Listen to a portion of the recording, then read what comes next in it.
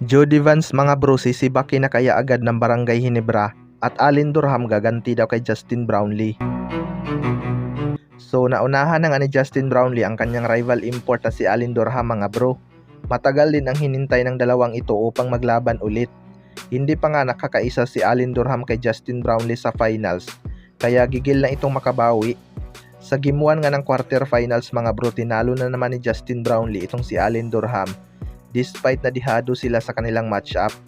Pero mahaba pa nga ang series na to mga bro at magiging battle of adjustment talaga ito, lalo na at magaling din itong coach ng Meralco Bolts na si Coach Ninad.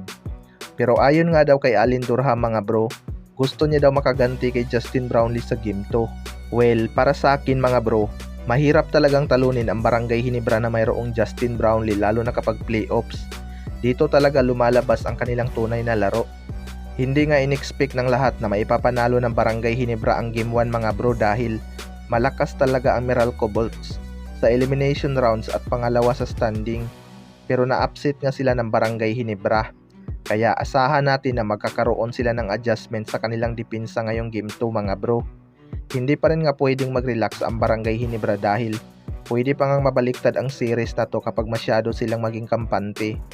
Sana maging consistent si Ralphco para makapagbigay ng space kay Japit Aguilar sa ilalim. Sa kabilang banda naman mga bro, Jody Vance sisibakin kaya agad ng Barangay Hinebra.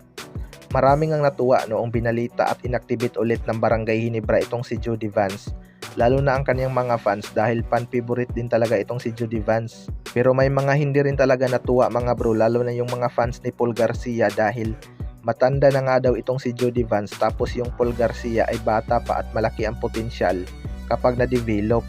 May mga nagsasabi din na magiging useless din itong si Jody Vance dahil sisibakin lang din agad ito ng Barangay Hinebra. Well, para sa akin mga bro, sa naging debut game nga ni Jody Vance ay kitang-kita na talaga ang kanyang pagbagal at bumaba na rin ang kanyang stamina dahil kahit nasa 2 minutes pa lang ang kanyang paglalaro, hinihingal na nga ito.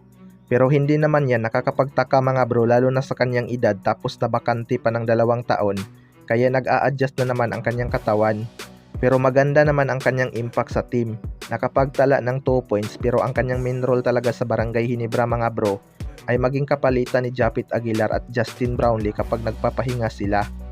Malaki nga ang tiwala ni Coach Timko na magagawa ni Jody Vance ang kanyang magiging trabaho ngayong quarterfinals laban sa Meralco Bolts. Nag-a-adjust pa din nga itong si Jody Vance sa kanyang mga bagong teammate kaya hindi pa ganun kasulid ang kanilang chemistry. Kaya abangan na lang natin kung makakalusot ba ang Barangay Hinebra. Kayo mga bro, ano masasabi nyo tungkol dito?